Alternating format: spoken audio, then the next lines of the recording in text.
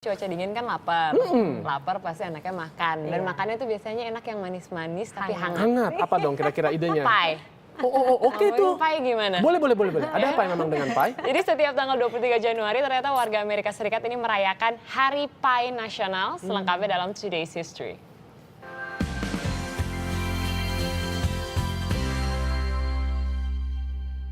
Hari ini warga Amerika merayakan Hari Pie Nasional. Mereka merayakan ini sejak 1986 saat memperingati ulang tahun Crisco yang ke-75. Crisco merupakan salah satu produk minyak goreng keluaran perusahaan P&G dan sejak itu pula Dewan Pie Amerika menetapkan 23 Januari sebagai Hari Pie Nasional. Sesuai tradisinya, di hari ini warga Amerika Serikat akan membuat pie kesukaannya dan menciptakan resep baru. Dan selanjutnya mereka akan mengirim pie ke teman-teman, saudara, dan juga kerabat dekat.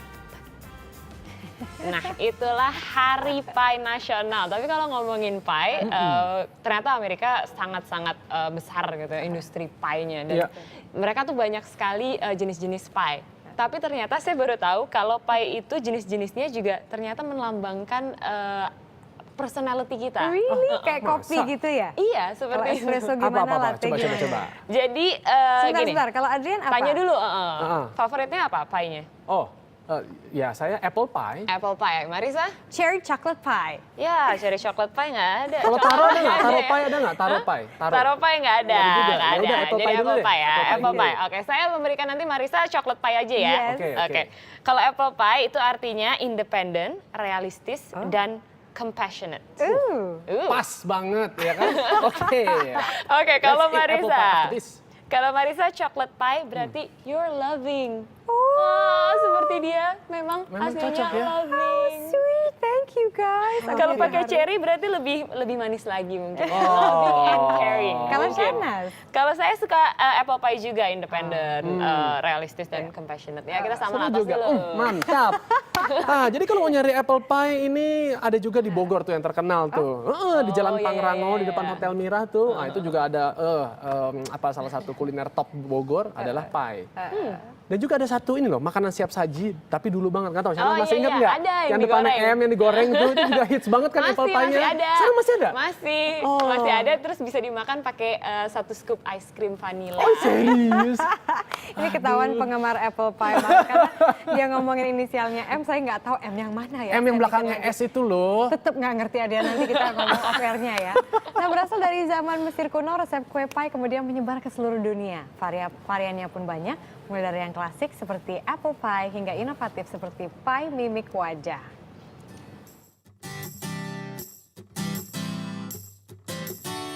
Di Amerika Serikat, pie bukan sekedar hidangan penutup, tapi juga sebuah tradisi. Selama berabad-abad, pie menjadi bagian dari momen kebersamaan. Ada berbagai jenis pie di negeri Paman Sam. Yang menjadi favorit adalah pie apple. Dewan Pie Amerika mencatat hingga saat ini ada lebih dari 230 jenis pie apple dan setiap tahun selalu ada resep pie baru hasil kreasi warga.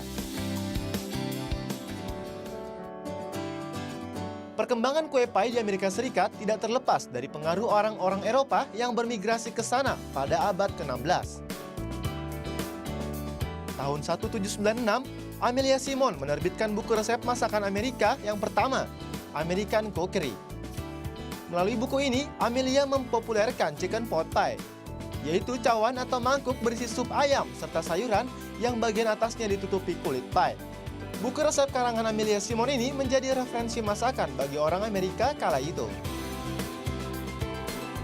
Konon, pie ditemukan sejak zaman Mesir kuno. Di zaman Romawi dan di abad pertengahan, pie digunakan sebagai pembungkus daging dan bahan makanan lainnya agar tetap lembab selama dimasak, kedap udara, dan tidak mudah basi. Kulit pie terbuat dari berbagai campuran, seperti tepung terigu, lemak daging sapi, dan telur. Namun di masa itu teksturnya masih keras dan padat. Seiring revolusi dunia kuliner, kulit pie pun berinovasi, sehingga bisa dikonsumsi bersama isinya. Varian kue pie juga kian kaya. Selain apel, yang tak kalah populer adalah pie labu. Pie ini biasanya berbentuk lingkaran besar. Bahan-bahannya terdiri dari kayu manis, garam, telur, gula, dan buah labu. Namun demi alasan praktis, banyak yang mengganti buah labu dengan selai. Selain di Amerika dan Eropa, pai juga populer di Asia. Hong Kong misalnya, memiliki pai susu sebagai salah satu kuliner andalan. Kue ini mulai diperkenalkan tahun 1940. Konon, pai susu ini mengadaptasi tart custard yang berasal dari Inggris. Sebagai koloni, Hong Kong memang mengadopsi beberapa makanan Inggris. Namun, teori lain menyatakan bahwa pai susu Hong Kong mirip dengan kue asal Portugis, pastel de nata. Kue ini dikenal melalui koloni Portugis yang berada di Macau. Dalam kuliner Hong Kong modern, pai susu hadir dengan berbagai variasi, seperti pai madu telur, putih telur, coklat, dan pai jahe. Seluruhnya merupakan modifikasi dari pai susu tradisional. Umumnya, pai ala Hong Kong tidak menggunakan mentega, melainkan lemak babi. Di Australia, sebuah perusahaan waralaba bernama Pie Face menciptakan pai dengan berbagai ekspresi, seperti tersenyum, bersiul, dan tertidur. Pai unik ini juga memiliki berbagai isian, ada jamur, keju, dan ayam. Berkat inovasinya, perusahaan ini mengembangkan bisnisnya hingga ke New York City, Amerika Serikat.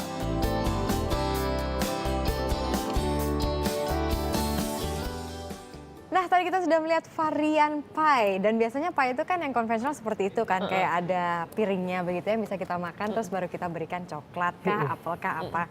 Nah, saya pernah bikin yang seperti ini.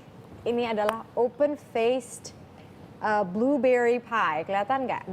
Jadi modelnya tuh udah nggak usah pakai pinggan lagi, cuma dilipet-lipet aja. Tapi pada saat itu sih saya ingat kayaknya gagal deh.